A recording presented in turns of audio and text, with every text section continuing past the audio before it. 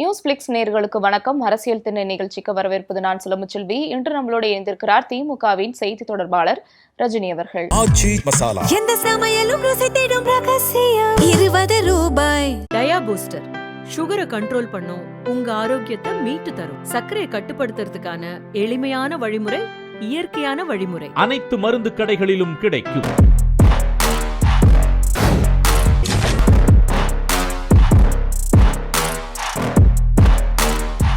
அமைச்சர் ஆதவர்ஜுனா சட்டசபையில சமீபமா பேசும்போது தென்னகத்திலிருந்து ஒரு பிஎம் உருவாக்கணும்னு சொல்லி பேசியிருந்தாரு. அதுக்கு இப்போ மாணிக்கம் தாக்கூர் ராகுல் காந்தி அடுத்த சுதந்திர தின விழால பிரதமரா கொடியேற்றுவாரு, அதுக்கு ஆதவர்ஜுனா ஒத்துழைப்பு தருவாரு அப்படின்னு சொல்லியிருந்தாரு.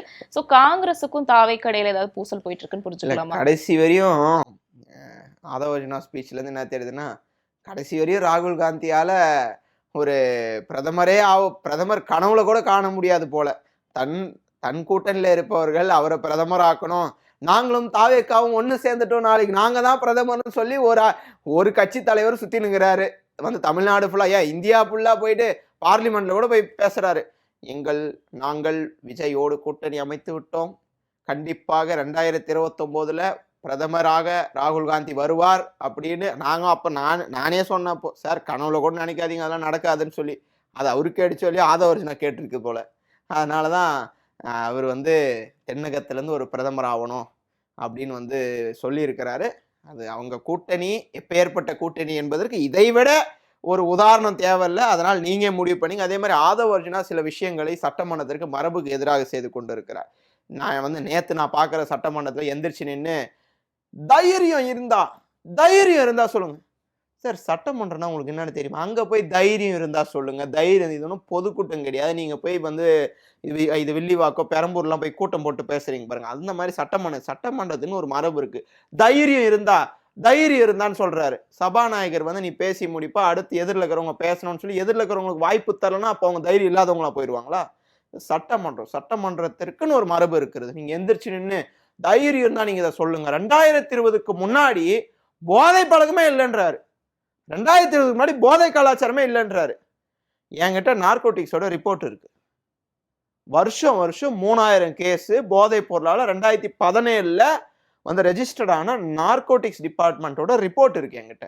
இதுதான் சொல்றோம், படிடா பரமான்னு சொல்றான். கேட்கறாங்களா? எதுவுமே படிக்காத சட்டமன்றத்துல உக்காந்துட்டு எங்க முதல்வர் பேச மாட்டாரு, அவர் இப்படியே உட்காந்து இருப்பாரு, அப்படியே மேலே பார்த்து இப்படியே உட்காந்து இருப்பாரு, இவர் மட்டும்தான் பேசுவாரு அப்படின்றதுனால எல்லாத்துக்கும் ஆதவர்ஜுனா, அதாவது தொழில்துறையை பத்தி கேட்குறாங்க, ஆதவர்ஜுனா எழுந்திரிச்சு பேசுறாரு. காவேரி விவகாரம் பத்தி பேசுறாங்க, இவர் ராஜ்மோகன் எந்திரிச்சு பேசுறாரு. பள்ளி கல்வித்துறையை பத்தி பேசுறாங்க, வேற ஒரு அமைச்சர் பேசுறாரு. எனக்கு தெரிஞ்சு எந்த துறைக்கு அவங்க அமைச்சர் என்பதையே அவங்க மறந்துட்டு தான் உக்காந்துக்கிறாங்கன்னு நினைக்கிறேன். ஏன்னா இங்க நடக்கிற எந்த துறை சார்ந்த அமைச்சர்கள் தான் பதில் சொல்லணும், அதுக்கு வேற அமைச்சர் பதில் சொல்றாரு. என்ன காரணமா இருக்கும்னு நினைக்கிறீங்க? அந்த துறை சார்ந்தவங்க பதில் சொல்லாம ஆதவர்ஜுனா மறந்துட்டுப்பாங்க உங்களுக்கு. இல்ல நான் ஏதோ ஆதார்ல அதெல்லாம் பேசுறேன்னு நினைச்சுக்காதீங்க. ஒரு ராஜுன்ற ஒரு அமைச்சர் அவர் சுற்றுச்சூழல் அமைச்சர்னு நினைக்கிறேன். அவர் சுற்றுலாத்துறை அமைச்சர். நான் இப்பதான் சுற்றுலாத்துறை அமைச்சரா பதவி ஏத்துக்கிறேன் அவரே பேட்டி கொடுக்குறாரு. அப்போ என்ன தெரியுது, அவர் சுற்றுச்சூழல் அமைச்சர். அவருக்கே மறந்துடுச்சு. இந்த நிலைமையில தான் அந்த அமைச்சர்கள் இருக்கிறாங்க போது மக்கள்லாம் பார்த்துக்கணும். எப்பேற்பட்ட ஆட்சியை இன்றைக்கு தமிழ்நாடு சந்தித்து கொண்டிருக்கிறது, தமிழ்நாட்டை யார் ஆள்கிறார்கள் என்பதை தயவு செய்து புரிஞ்சுக்கணும். அதே மாதிரி ரமேஷ், அவர் வயதுல ரொம்ப குறைவான நபர். நானும் வயசுல ரொம்ப கம்மி தான். அவரோட நான் 5 வயசுல குறைவு தான். நம்மள மாதிரியான ஆட்கள் வயசுல குறைவா இருக்கிறவங்க நிறைய கத்துக்க வேண்டியது இருக்கு. எனக்கே கூட நானே கூட நிறைய கத்துக்கிட்டு ஒரு விஷயத்த நம்ம பேசணும். இல்லைன்னா கமுக்கமா உக்காரணும். அது நம்ம பொதுக்கூட்ட மேடையிலே கடைபிடிக்க வேண்டிய ஒண்ணு. சட்டமன்றத்திற்கு போயிட்டு சட்டமன்றத்துல எந்திரிச்சு நின்று நீங்க அண்ணன் ஓபிஎஸ் பார்த்து அவர் எவ்வளவு சீனியர், அவருக்கு இவர் பேசுறாரு. நீங்க கண்ணியத்தை பற்றி பேசக்கூடிய அண்ணன் ஓபிஎஸ் அவர்கள் எங்கள் முதலமைச்சர் வருகின்ற போது அமர்ந்திருக்கக்கூடிய எதிர்கட்சி தலைவருக்கு அந்த கண்ணியத்தை சொல்லி கொடுன்றார். கொஞ்சமாவது மரபு தெரியுமா உங்களுக்கு? சட்டமன்றம் யாருக்கு எந்திரிச்சு நிக்கணும், இவர் அங்க போட்டோ ஷூட் எடுக்க இந்த லாஸ்ட்ல இருந்து அந்த லாஸ்ட் வரையும் வணக்கமே, அந்த மாதிரிலாம் யாரும் வந்தது கிடையாது. இவர் ஏதாவது நல்ல போட்டோக்கு ஆசைப்படுறாருன்னு நினைக்கிறேன், இதை வணக்கம் வச்சுக்கிற மாதிரி. அதனால இப்படி போறது இப்படி வருது. நீங்க 10 முறை போயிட்டு வருவீங்க, 10 முறை எதிர்கட்சி தலைவர் ஏறி எழுந்து நின்று இது உங்களுக்கு வணக்கம் சொல்லணுமா? சட்டமன்ற விதிப்படி, சட்டமன்ற மரபுப்படி சபாநாயகர் தான் ஒரு சட்டமன்றத்தை நடத்தக்கூடிய ஒருவர். அவர் வருகின்ற போது முதலமைச்சர் எழுந்து நிற்கணும், எதிர்க்கட்சி தலைவர் எழுந்து நிற்கணும். முதலமைச்சர் வருகிற போது எதிர்க்கட்சி தலைவர் எழுந்து நிற்க வேண்டிய அவசியம் இல்லை. இந்த இது கூட இல்லாத சட்டமன்றத்துல வீராப்பா பேசுறாங்க. அவசியம் இல்லைனாலும் விருப்பத்தின் பேர்லயாவது மரியாதை செலுத்தலாம்னு சபாநாயகர் சொல்லியிருக்காருல்ல. எங்களுக்கு விருப்பம் இல்ல. இவர் போட்டோ ஷூட் எடுக்க வந்து வணக்கம் வச்சுன்னு பாரு, இந்த லாஸ்ட்டுக்கு அந்த லாஸ்ட்டுக்கு போயிட்டு வருவாரு. இவர் வந்து வர்றப்போ எந்திரிச்சு நின்று வணக்கம் அப்படின்னு சொன்னா என்ன ஆயிருப்போகுது? சபாநாயகர் நாங்க மரபை பின்பற்றுறோம். நீங்க வாங்க உக்காருங்க பேசுங்க. வாயே திறக்காத முதலமைச்சருக்கு எதுக்கு அத்தனை வணக்கம்? அப்படியே வந்து உங்களுக்கு வணக்கம் வச்ச உடனே எழுந்து நின்று அப்படியே அறுத்து தள்ளிடுவீங்க. நீங்க எத்தனை முறை வாயை திறந்திருக்காரு சொல்லுங்க? சட்டமன்றத்துல 100 நாள் ஆச்சு. சட்டமன்றம் என்ன ஒரு 20 நாள் நடந்திருக்கும். 20 நாள் எத்தனை நாள் வாயை திறந்திருக்காரு? பேசினதுக்கே கொளத்தூர் கொத்து புரோட்டா போட்டுருச்சுன்னு சொல்லியிருந்தாரு. சட்டமன்றத்துல பேசுங்க சார். கொளத்தூரை விடுங்க சார். கொளத்தூர்ல வந்து நீங்க அடுத்த தேர்தலில் டெபாசிட் வாங்கலாம் நாங்க சொல்ல முடியுமா? இவர் பாருங்க நாங்கெல்லாம் பேசணும், இவர் வந்து ஆள் அடையாளமே இல்லாத போயிட்டாருன்னு சொல்லி பேசலாமா? வெற்றி தோல்வியை வைத்து ஒரு தலைவனை எடை போட முடியாது. நீங்க 5 நிமிஷம் பேசிட்டீங்க. நீங்க அந்த சைடு அந்த டெல்டா மாவட்டத்துவே 1/2 மணி நேரம் பேசுனீங்க. அங்க ஒரு இடத்துல கூட தாவேக்கா வரல. அப்ப என்ன இது? அப்ப என்ன? அந்த மயிலாடுதுறை மாவட்டம், தஞ்சாவூர்லாம் ஒரு இடத்துல கூட தாவேக்கா ஜெயிக்கல. 3 மாவட்டத்துல 0. அங்க போய் பேசிட்டு வந்தீங்களா 1/2 மணி நேரம்? அதுக்கு என்ன ஆச்சு? அப்ப அங்க வந்து உங்களை மக்கள் சேர்ந்து கொத்து பரோட்டா போட்டாங்களா? இதெல்லாம் பேச்சுக்கு அழகா? வந்து சட்டமன்றத்துல பேசுங்கன்னா அதான் நேற்று சாரி கேட்கிறார். எங்க அமைச்சர் தெரியாத சொல்லிட்டாரு, அவர் சார்பா நான் சாரி கேட்டுக்கிறேன். இந்த வாக்கியத்தை தவிர்த்து வேற ஏதாவது எக்ஸ்ட்ரா பேசினாரா நேற்று? இல்ல இன்னைக்கு ஏதாவது பேசியிருக்காரா? எதிர்கட்சிகள் எழுந்து நிறைய கேள்வி கேட்கிறாங்க. இந்நேரம் எங்க முதலமைச்சர் அங்க இருந்திருந்தா எழுந்து நின்று எல்லாத்துக்கும் பதில் சொல்லியிருப்பாரு. நீங்க பதில் சொல்றது கூட உங்களால முடியலையே. எதுக்கு அவர் சாரி சொன்னாரு? ரஞ்சித் குமார் என்ற ஒரு வனத்துறை அமைச்சர். மேம், பர்சனல் ஹிஸ்ட்ரி அதெல்லாம் வந்து நம்ம நிறைய பேசணும்னா ஒருத்தரை பற்றி அங்கே என்னால் வந்து பேச முடியும். ரஞ்சித் குமார் என்பவர் முதலாக ஜேசிடி பிரபாகர் இருக்கார் பார்த்தீங்களா, பேரவைத் தலைவர், அவருக்கு டிரைவராக இருந்து அண்ணன் ஓபிஎஸ் அவர்கள் தனி அணியாக இருந்தபோது அந்த அணியில் இருந்தவர். அந்த அணி பிரிகின்ற போது அவர் வந்து திமுக சேர்ந்தவருக்கு சற்று முன்பாக ஒருவர் வந்து புது கட்சியை தொடங்குறார். அதாவது பன்ருட்டி ராமச்சந்திரன் தொடங்குகிற புது கட்சியில் இவர் பொதுச் செயலாளர். பொதுச் செயலாளரோட தேர்தல் நெருங்கினோடனே பன்ருட்டி ராமச்சந்திரன் அண்ணன் அவர்களுக்கு துரோகம் செஞ்சுட்டு எங்க வராரு? தாவேக்கா வராரு. தாவேக்கா வந்து சீட்டு அறிவிக்கிறதுக்கு 2 நாளைக்கு முன்னாடி தாவேக்கால சேர்ந்து சீட்டு வாங்கி காஞ்சிபுரத்துல ஜெயிக்கிற ரஞ்சித் குமார் அவர்கள், மாண்புமிகு அமைச்சர் வனத்துறை அமைச்சர் ரஞ்சித் குமார் அவர்கள், எங்க தலைவர் எவ்வளவு பாரம்பரியம் மிக்க தலைவர், நூற்றாண்டுகளை கண்ட தலைவர்.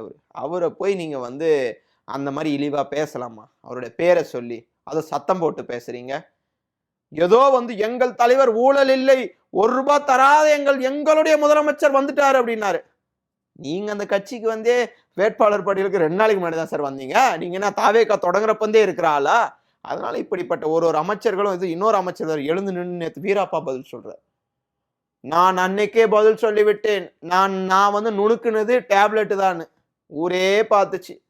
எங்கடா இவ்வளோ விஞ்ஞான முறையில் இந்த மாதிரி டேப்லெட்டை நுணுக்க முடியுமான்னு சொல்லி ஏடிஎம் கார்டு வச்சு வந்து நறுக்கு பக்கத்தில் குழந்தை எல்லாம் அவங்க ஃபேமிலியில் யாருமே இல்லை. அவரு பேசுறாரு இந்த மாதிரி, நான்லாம் அந்த மாதிரி பண்ணல, நான் வந்து போதை தான் நான் பயன்படுத்துறேன்னா வெளியே நின்னது ஸ்டேட் கவர்மெண்ட் தானே, அன்னைக்கு உங்க ஆட்சி தானே, உங்க ஆட்சியே வித்துச்சுன்னு சொல்லலாமான்றாரு.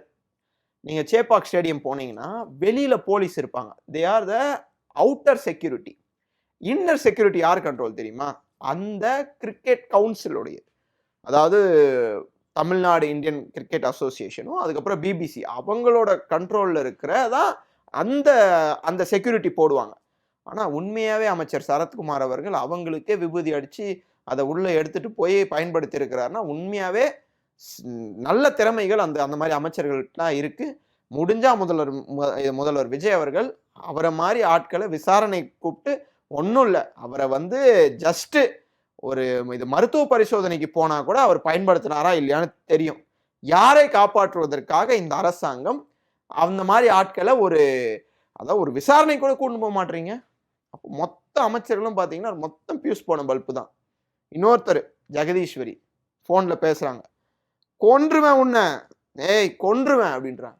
நான் பார்த்தோன்னே நான் பயந்துட்டேன், யாரா பேசுறது, யாராவது ரவுடியா இதுன்னு. அப்புறம் அமைச்சர்னு இருக்கு அதில் ஜெகதீஸ்வரின்னு சொல்லிட்டு. ஒரு பெண் அமைச்சர் இப்படியா சரி, இப்படி பேசுவாங்க? அமைச்சர்கள்லாம் ஒரு பக்கம் சர்ச்சையில மாட்டினாலுமே, இப்போ முதலமைச்சரோட அலுவலகத்தை மக்கள் முற்றுகையிட்டு, எம்எல்ஏ அலுவலகத்தை மக்கள் முற்றுகையிட்டு இருக்காங்க, போராட்டம் பண்ணிட்டு இருக்காங்க. அந்த எம்எல்ஏ அலுவலகத்துல உட்பட்ட தொகுதியை வந்து முதலமைச்சர் விஜய் கண்டுக்காம இருக்காரு அப்படிங்கிற புதிய குற்றச்சாட்டு கூட வந்திருக்கு. இதை எப்படி பாக்குறீங்க? பெரம்பூர் மட்டும் இல்ல, சென்னை மட்டும் தான் நினைச்சேன் நானும். தமிழ்நாடு முழுக்க இரவுல பவர் கட் ஆகி குழந்தைகள் அழுற சத்தத்தை கேட்டு தாய்மார்களும் குழந்தைகளும் உங்களுக்கு ஓட்டு போட்டவங்களும் அழுந்து கொண்டு இருக்கிறார்கள். இந்த ஆட்சி எதுக்குடா வர வச்சோம், இந்த ஆட்சி எதுக்கு நமக்கு தெரியாத ஓட்டு போட்டோமே உங்களுக்கு அப்படின்னு சொல்லி குமுறி கொண்டு இருக்கிறார்கள். அதுக்கு விதிவிலக்கு பெரம்பூர் மட்டும் இல்லை. பெரம்பூர் தொகுதிக்கே போக முடியாத முதல்வர் விஜய் அவர்கள் தமிழ்நாட்டை பத்தி எப்படி சிந்திக்க போறாரு? தனக்கு வாக்களிச்ச பெரம்பூர் தொகுதிக்கு பெரம்பூர் தொகுதி மக்களே களத்தில் இறங்கி வந்து போராடுகிற போது தமிழ்நாட்டு மக்களுக்கு இவர் வந்து என்ன பதில் சொல்ல போகிறார்? எல்லா தொகுதியிலும் இதே தான் நிலவரம். நீங்க எல்லா தொகுதியிலும் பாத்தீங்கன்னா ஒரு பிரச்சனை இருக்கு. சட்டமன்ற உறுப்பினர்கள் வந்து எங்கனே தெரியலையாம். நிறைய தொகுதியில கேட்குறாங்க, சார் நாங்கள் நோட்டீஸே ஓட்டலானுங்கிறோம் காணவில்லைன்னு. ஓட்டு போட்டப்போ ஓட்டு கேட்க வந்தவர் நன்றி சொல்றது கூட வரலன்றாங்க. சில தொகுதியில பக்கத்திலே எம்எல்ஏ போயிருக்காரு, எங்கடா அந்த எம்எல்ஏ பார்க்கவே முடியலன்னு. அதுக்கப்புறம் தான் தெரியும், சார் பக்கத்துல போனவர் தான் எங்க எம்எல்ஏன்னு சொல்லி. இப்போ யார் எம்எல்ஏன்னு அவங்களுக்கே தெரியல. இப்படிப்பட்ட ஒரு நிலையில இருக்கக்கூடிய இந்த தாவேக அரசாங்கம் தொடர்ந்து வந்து இன்னைக்கு வந்து 75,000 வந்து விவசாயிகள் கடன் உயர்த்தி இருக்கிற சொல்லக்கூடிய இந்த அரசாங்கம் முழுமையாக தள்ளுபடி செய்வோம் என்று சொல்லிவிட்டு வந்தார்கள். நாங்கள் ஆட்சிக்கு வந்தோடனே 2,500 தரப்போறோம் என்று சொல்லிவிட்டு வந்த இந்த அரசாங்கம் இன்னைக்கு வரையும் அதை பத்தி வாயை திறக்கல. 6 சிலிண்டர் தருவேன் என்று சொல்லிவிட்டு வந்த இந்த அரசாங்கம் 1 சிலிண்டர் கூட தரவில்லை. அதான் அண்ணன் சீரு தாய்மாமன் சீருக்கும் அறிவிச்சிருக்காங்களே. தாய்மாமன் சீரு, அண்ணன் சீரு எல்லாம் இருக்கட்டும். நீங்க முதன்மையான ஒரு விஷயமா எடுத்துட்டு வந்தது 2,500. அந்த 2,500 எங்க? ஆட்சிக்கு வந்து அடுத்த நிமிஷம் சொல்லிட்டு வந்தீங்க, சார் 2,500 எங்க? இந்நேரம் திமுக ஆட்சி இருந்தா 2,000 ரூபாய் அவங்க அக்கௌண்ட்ல வந்து விழுந்திருக்கும். சார் நிறைய பேர் இதுக்கே சொல்றாங்க, 28 மாதங்கள் கழித்து தானே திமுக ஆட்சியில வந்தது 1000 ரூபாய். அவங்களுக்குலாம் நான் ஒரே ஒரு பதில் சொல்லட்டுமா? அன்னைக்கு கோவிடு பொருளாதார வளர்ச்சி வந்து 0.0க்கு கீழே இருந்துச்சு, மைனஸ்ல இருந்துச்சு. அதை நிலைநாட்டி 11.19க்கு கொண்டு வந்தது திமுக அரசு. இன்னைக்கு உங்களை டபுள் டிஜிட் உங்ககிட்ட அந்த பொருளாதாரத்தை வந்து கொடுத்துட்டு போயிருக்காங்க. இப்ப நீங்க வந்தோடனே அதுக்கு வந்து சைன் போட்டிருக்கணும். நீங்க ஏதாவது நீங்க ஒரு திட்டம் சொல்லுங்க. தாவேக அரசாங்கம் புதுசா வந்து புதிய திட்டமா வந்து மக்கள் கிட்ட ரீச் ஆயிடுச்சு, ஒரே ஒரு திட்டம் சொல்லுங்க. எல்லாத்துல பித்தலாட்டம். இந்த தாய்மாமன் சீர்லயே பித்தலாட்டம். தங்கமே இல்லையா அது, வேற ஏதோ ஒன்று கொடுத்துருக்காங்க. இல்லை இதெல்லாம் நான் ஆதாரத்தோட தான் சொல்றேன். என்ன நான் வந்து பொய் சொல்றேன், என் மீது வழக்கு கூட போடட்டும், நான் அதுக்கெல்லாம் வந்து பயப்படுறவங்க கிடையாது. எந்த விதத்துல அவங்க பொய்யா கொடுத்துருக்காங்கன்னு சொல்ல வரீங்க? அந்த சீரில அது தங்கமே இல்லை, தங்க முலாம் பூசியது என்று ஒரு இடத்துல குற்றச்சாட்டு வந்திருக்கு. இப்படி ஒரு திட்டத்திலையும் பித்தலாட்டம் செஞ்சு ஒன்னே ஒண்ணுதான் இந்தியால இருக்கிறவங்க. அந்த தங்க மோதிரம் கொடுத்த டெண்டர்ல நடந்த முறைகேடுக்கு எப்படி தாவேகா பொறுப்பேற்க முடியும்னு தாவேகாவினர் கேட்பாங்க. ஒரு திட்டம் கொண்டு வரீங்க, அதுல சொதப்பல்னா அதுக்கு யார் பொறுப்பு எடுத்துக்கிறது? பழனி கோயில்ல கோயில் நிலத்தை 100 கோடி ரூபாய் பண்ணி ஒருத்தருக்கு ரெஜிஸ்ட்ரேஷன் பண்ணி தரீங்கன்னா அறநிலையத்துறைக்கு கீழே இருக்கிற நிலத்துக்கு யார் பொறுப்பேற்றுக்கிறது? பொதுப்பணித்துறையில ஏதாவது ஊழல் நடைபெறுகிறது என்றால் அதற்கு யார் பொறுப்பேற்றுக்கிறது? திமுக ஆட்சி அந்த என்ன சொல்லியிருப்பீங்க, அந்த அமைச்சர்களை சொல்லியிருப்பீங்களா? இன்னைக்கு வரையும் ரமேஷ் அவர்கள் என்ன இதை பத்தி எல்லா விஷயத்தையும் வெளியே என்ன மாதிரி விஷயத்த கொண்டு வந்தார்? எதுவுமே இல்லை. இந்த அரசாங்கம் வந்து எல்லாத்தையும் மூடி மறைக்கிற அரசாங்கமாக இருக்குது. எதுவுமே வந்து ஒரு நல்ல விஷயத்த மக்களுக்கு செய்யணுன்ற நோக்கத்துல போற மாதிரி இந்த அரசாங்கம் தெரியல. நீங்க மக்கள் வந்து ஒரு 107 108 அதில் ஒன்று அவர் ரிசைன் பண்ணிட்டார், 107 உங்களோட பீப்புள் மேண்டேட். 107 தொகுதிக்காவது நீங்க என்ன வேலை செஞ்சிருக்கீங்க?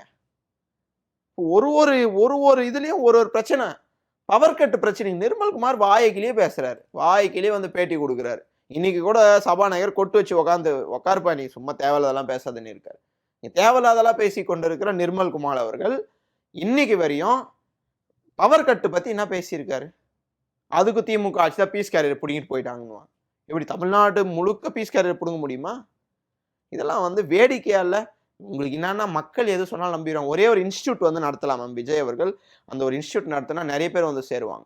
மக்களை ஏமாத்தி ஓட்டு வாங்குறது எப்படின்னு சொல்லி ஒரு கிளாஸ் எடுத்து ஒரு இன்ஸ்டியூட் மாதிரி ஓப்பன் பண்ணி அதில் விஜய் அவர்கள் டீச்சராக போனார்னா, உண்மையாக சொல்கிறேன், இந்தியா முழுக்க வந்து அட்மிஷன் அங்கேருந்துலாம் இங்கே வந்து சேருவாங்க.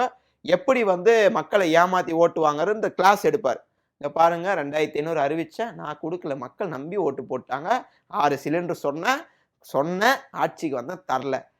அதாவது விவசாயிகளை வந்து ஈர்க்கிறதுக்காக விவசாயிகள் கடன் முழுமையாக தள்ளுபடின்னு சொன்னேன். அதாவது விவசாயிகள் ஓட்டையும் கொஞ்சம் வாங்கினேன். ஆனா நான் வந்து செய்யல. இந்த மாதிரி தான் மக்களை ஏமாத்தணும்னு சொல்லி ஒரு கிளாஸ் விஜய் எடுத்தார்னா அந்த அட்மிஷன் சூப்பரா போகும். இப்போ நீங்க பேசும்போது குறிப்பிட்டிருந்தீங்க மின்கட்டண உயர்வுன்னு. மின்கட்டண உயர்வு மட்டும் இல்லாம சொத்து வரி உயர்வா கூட இருந்துச்சு. அப்புறம் இப்போ அது குறித்து தாவேக்கா அரசு ஒரு கிளாரிட்டி கொடுத்திருக்காங்க. இப்போ மற்ற மாவட்டங்கள்ல பிரைவேட் பஸ்ஸோட டிக்கெட் ரேட்டை அதிகப்படுத்தியிருக்காங்கன்னு புதிய குற்றச்சாட்டு வந்திருக்கு. இதை பத்தி உங்க கருத்து? ஒரு தாவேக்காவுடைய ஆதரவாளர் இது ஒரு பெண்மணி அவங்க வந்து ஒரு வீடியோ போட்டிருக்காங்க. எங்க அண்ணன் வந்தோடனே நல்லா அந்த கரண்ட் பில்லாம் குறைய போகுது அப்படின்னு சொல்லி ஒரு வீடியோ போட்டிருக்கான்னு நினைக்கிறேன். அதுக்கப்புறம் அவங்க வந்து மன்னிப்பு கேட்குறாங்க. அந்த வீடியோ போட்டது நான் தான். ஆனால் இன்னைக்கு வந்து எல்லாம் பார்க்குறப்போ கரண்ட் பில்லாம் அசுரமாக உயர்ந்திருக்கு, அதுக்கு வந்து என்னை மன்னிச்சிருங்க அப்படின்னு சொல்லி ஒரு வீடியோ போட்டிருக்காங்க.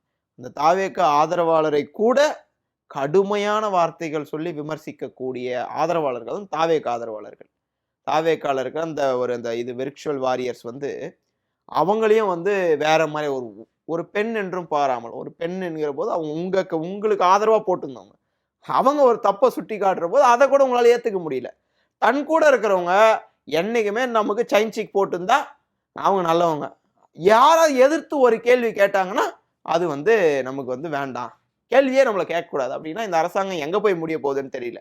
உண்மையா அந்த அரசாங்கத்தை துடை தெரிய அந்த 100 நாட்கள்ல மக்கள் வந்து மிகுந்த வந்து ஒரு ரொம்ப ரொம்ப இது கஷ்டத்துக்கு உள்ளாயிருக்கிறாங்க. எங்கேயுமே அமைச்சர்கள் சரியா போல, தொடர்ந்து கஸ்டோடியல் டெத்து, பாலியல் குற்றங்கள், கொலைகள், ஜென்சி கொலைகள். இன்னைக்கு ஜென்சி இளைஞர்கள் அந்த ஏஜ்ல இருக்கிறவங்கள டார்கெட் பண்ணி இன்னைக்கு வந்து கொலை பண்றாங்கன்னா அதெல்லாம் இந்த மாதிரி கலாச்சாரம் அதிகமாயிடுச்சுன்னா நாளைக்கு சின்ன சின்ன குழந்தைகளுக்கெல்லாம் அது நடக்கும். 3 வயசு குழந்தை என்ன பண்ணிச்சுங்களா அவங்கள பாலியல் வன்புணர்வு செய்யறாங்க. இன்னைக்கு ஒரு 12ஆம் வகுப்பு படிக்கக்கூடிய மாணவனை வந்து கொலை பண்றாங்கன்னா இன்டென்ஷன் என்ன? பள்ளிக்கூடம் எந்த மாதிரி மாறி வருது? கலவரமாக மாறி வருகிறது. பள்ளிக்கூடத்தை எந்த மாதிரி எல்லாம் வச்சிருந்தோம் நாங்க? இன்னைக்கு வந்து நீங்க என்ன பண்ணிருக்கீங்க? நாங்க எங்களோட பட்ஜெட்ல ஒதுக்குறது 48,000 கோடி கடைசியா. நீங்க வந்து 44,000 கோடி ஒதுக்கி இருக்கீங்க. அதை கூட உங்களால வந்து கூடுதலா ஒதுக்க முடியாத ஒரு சிச்சுவேஷன்ல இன்னைக்கு இந்த அரசாங்கம் இருக்கு. ஒரு 0 பட்ஜெட், ஒரு பட்ஜெட் போறது கூட முடியல. அதுவும் அந்த நிதியமைச்சர் வந்து பெரிய இது மாதிரி நானே பயந்துட்டேன். 5040 என்னடா இது 4080 புது லாங்குவேஜா இருக்கு, ஏதாவது தமிழ் தான் படிக்கிறாரான்னு பார்த்தா அப்புறம் வந்து வீராப்பா எழுந்து பேசுறார். நான் வந்து எனக்கு தெரிஞ்ச லாங்குவேஜ் தான் படிக்கணும், நான் வந்து இங்கிலீஷ்லேயே படிச்சுட்டேன், என்னால முடியல, நான் வந்து எப்படி படிக்கணும் அப்படிதாங்க படிக்க முடியும்ன்றாரு. நேற்று இங்கிலீஷ் பேசியிருக்காரு. அந்த இங்கிலீஷை பார்த்துட்டு நான் வந்து இவர் இங்கிலீஷ் நல்லா பேசுவார்னு பார்த்தேன். அந்த கான்கேவ் போய் வந்து பேசியிருக்காரு. அதில் பார்த்துட்டு இவருக்கு தமிழும் வரல, இங்கிலீஷும் வரல, வாய் உதார் தான் வருதுன்னு நினச்சி சிவனேன்னு வந்து ஓகே இவங்க தான் நமக்கு அமைச்சர்கள், வேற என்ன வழி அப்படின்னு தான் நான் மட்டும் இல்லை தமிழ்நாட்டு மக்களே இப்படிதான் சகித்து கொண்டு வாழ்ந்து கொண்டு இருக்கிறார்கள் அப்படின்றத நம்ம புரிஞ்சுக்கணும். தொடர்ந்து மு.க. ஸ்டாலினோ அல்லது திமுகவோ தாவேக்காவும் பாஜகவும் ஒன்றுன்னு சொல்லி வந்துகிட்டு இருந்தாங்க. அதுக்கேற்ற மாதிரியே இப்போ துணை குடியரசுத் தலைவர் தமிழ் தாய் வாழ்த்து 3ஆவதா பண்ண தப்பு கிடையாது, இதுல என்ன இருக்கு அப்படிங்கிற மாதிரி சொல்லியிருக்காரு. அதுக்கு தாவேக்கா தரப்புல இருந்து எந்த கண்டனமும் தெரிவிச்ச மாதிரி தெரியல. இது எப்படி பாக்குறீங்க? அதாவது ஒருத்தர் பேரு குறிப்பிட்டு அவங்க வீட்டுல இருந்து வந்தாரு அப்படின்னு சொல்றப்ப அந்த கட்சி தலைவரை கைது செய்ய வக்கு இல்லாத இந்த அரசாங்கம், ஆட்சிக்கு வந்த பிறகு அவர் மீது நடவடிக்கை எடுக்க முடியாத இந்த அரசாங்கம், இரவோடு இரவாக அதாவது விடியற் காலையில வந்து ஒருத்தர் வீட்டுக்கு போய் ஒரு எதிர்கட்சி தலைவர் என்று பாராமல் கைது செய்ய முடிகிற இந்த அரசாங்கத்தால் ஒருத்தர் ஓப்பனா பேசியிருக்காரு, உங்க குடும்பத்தை பத்தி பேசியிருக்காரு, கைது பண்ணி வழக்கு போடுவதற்கு துப்பு இல்லாத இந்த அரசாங்கம், பிஜேபியை கண்டு நடுங்கி போயிருக்குது இந்த அரசாங்கம். பிஜேபிக்கு எதிராக ஒரு ஸ்டேட்மெண்ட் விட மாட்டாங்க. இத்தனை நாள் விஜய் 100 நாள் ஆட்சியில எத்தனை வார்த்தை பிஜேபின்னு சொல்லியிருக்காரு? பிஜேபி எதிர்த்து எத்தனை ஸ்டேட்மெண்ட் கொடுத்துருக்காரு? ஒரே ஒரு ஸ்டேட்மெண்ட் நீங்க காட்டுங்க, நாங்கப்பா பிஜேபிக்கு எதிராக விஜய் அவர்கள் ஸ்டேட்மெண்ட் அப்படின்னு ஒண்ணு காட்டுங்க. நீங்க பிஜேபின்ற வார்த்தை சொல்றது கூட தொடை நடுங்கி முதலமைச்சராக இன்றைக்கு இருக்கிறார். நான் இந்த வார்த்தை வந்து ரொம்ப வந்து இது கடுமையா இருக்கும், இருந்தாலும் நான் சொல்றேன், பிஜேபி எதிர்ப்பதற்கு எங்கள் முதல்வர் அன்னைக்கு பிஜேபி எது செய்தாலும் தவறுனா தவறு, இன்னைக்கு அந்த தவறை சுட்டி காட்டுவதற்கு கூட திராணி இல்லாத முதலமைச்சர் இன்னைக்கு தமிழ்நாட்டு முதலமைச்சர். அந்த நிலையில வந்து இன்னைக்கு தமிழ்நாடு வந்து போயிருக்கு. இன்னைக்கு வந்து 17வது, அதாவது முதலீடுகளை ஈர்ப்பதுல 6வது இடத்துல இருந்த தமிழ்நாடு இன்னைக்கு 17வது இடத்துக்கு போயிருக்கு. வெக்கமா இல்லை உங்களுக்கு? தமிழ்நாட்டை சீர்படுத்தணும் மேம்படுத்தணும்னு சொல்லி உயர்த்தி பிடித்த தமிழ்நாட்டை இன்னைக்கு கேரளா முன்னேறி நிக்குது, தமிழ்நாடு பின்னாடி போய் நிக்குது. வருத்தமா இருக்கு எங்களுக்குலாம். என்ன காரணமா இருக்கும் பாஜகவை என்ன காரணம்னா அந்த ரீல்ஸ் தான். அமைச்சரை கேக்குறோம், முதலீட்டாளர்கள் எப்படி இன்வைட் பண்ண போறீங்க, நேர்ல போறீங்களா? இல்ல இல்ல ஏதாவது வந்து போஸ்ட்ல அனுப்பிச்சு வைக்கிறீங்களா? இல்லங்க, அதான் ரீலே போதுமேங்க. நான் ரீல் போட்டேன்னா முடிஞ்சது எல்லாம் வந்துருவாங்க. ஆனா ஒரு ரீலுக்கே 1 லட்சம் கோடி. நான் யோசிச்சேன், உண்மையாவே அக்கா கீர்த்தனா ஒரு 4-5 ரீல் போட்டா ஒரு 5 லட்சம் கோடிய முதலீடு ஈர்ப்பாங்கன்ற ஒரு நம்பிக்கை எனக்கு இருக்கு. தொடர்ச்சியா ஏன் பாஜகவை தாவேக விமர்சிக்காம தவிர்க்கிறாங்கன்னு நீங்க நினைக்கிறீங்க? நிர்மல்குமார் எங்க இருந்து வந்தவர்? நிர்மல்குமார் அரசியல் வருவதற்கு முன்பாக காக்கி ட்ரௌசர் போட்டு அவர் எங்க இருந்தாரு? சட்டத்துறை அமைச்சர் யாரு, மின்சாரத்துறை அமைச்சர் யாரு இன்னைக்கு? அதே நிர்மல்குமார் தான். அருண்ராஜ் எங்க இருந்து வந்தாரு? அருண்ராஜோட பின்புலம் என்ன? அந்த கட்சியில இருக்கிறவங்க மொத்தமா எடுத்துக்கோங்க, பாஜகவுடைய ஒரு கைக்கூலி ஆக இன்றைக்கு செயல்பட்டு கொண்டிருக்குதான் தாவேகா. பாஜக கொண்டு வருகிற எல்லா சரி, பாஜக வந்து கடுமையா எதிர்க்கீங்க. எதுக்கு அந்த அந்த இது விபிஜி கிராமுக்கு வந்து நீங்க வந்து கையெழுத்து போட்டீங்க? அன்னைக்கு அதை கையெழுத்து போடாத அந்த பெயர் மாற்றம் பண்ணணும்னு சொல்லி நிக்க வச்சது திமுக ஆட்சியில. இன்னைக்கு அது நீங்க வந்து கையெழுத்து போட்டிருக்கீங்களே. நீட் தேர்வுக்கு ஏதோ ஒண்ணு, நீட் தேர்வுக்கு எதிராக நாங்களும் நிக்கிறோம்னு ஒண்ணு காட்டுறீங்க, நீட் தேர்வுக்கு எதிராக தாவேகா நிக்குதுன்றீங்க, போராட்டம் பண்ணா போய் அடிக்கிறீங்க, போராட்டம் பண்ணா ஒரு பாடகரை இழுத்துன்னு போறீங்க, போராட்டம் பண்ணா போராட்டம் பண்ணக்கூடாதுன்னு சொல்லிட்டு காவல்துறையை குவிக்கிறீங்க. இப்போ என்ன இது? உண்மைக்காகவும் நீதிக்காகவும் போராடுகிறார்கள் சொன்னா அங்க போய் முதல் ஆளா நிக்க வேண்டியவர் இன்றைய முதலமைச்சர். நீங்க வந்து அரை வழியில போராடுங்க, என்னோட சப்போர்ட் இருக்கும், அட்லீஸ்ட் நீங்க அங்க போய் நிக்கலனா கூட போய் சொல்லியிருக்கலாம். உங்களுடைய அமைச்சர்கள் கடைசியா போனாங்க பாருங்க, அங்க போராட்டம் நீ வந்து நின்றுச்சுன்னு சொன்ன பிறகு இங்க இருந்து 2 பேர் போனாங்க பாருங்க, அவங்களுக்கு முன்னாடியே அமைச்சிருக்கணும். சரி, அப்படி தாவேகா மக்களுக்கான அரசா இல்லைன்னா வரக்கூடிய இடைத்தேர்தல்ல அவங்களோட ரிசல்ட் என்னவா இருக்கும்னு நினைக்கிறீங்க? எனக்கு ஒரே ஒரு ஆசை, எங்களுடைய முதலமைச்சர், நமக்கு முதலமைச்சர் அவரு, ஒரே ஒரு ஆசை தான், அண்ணன் வந்து ரொம்ப சூப்பரா பாடுவார்.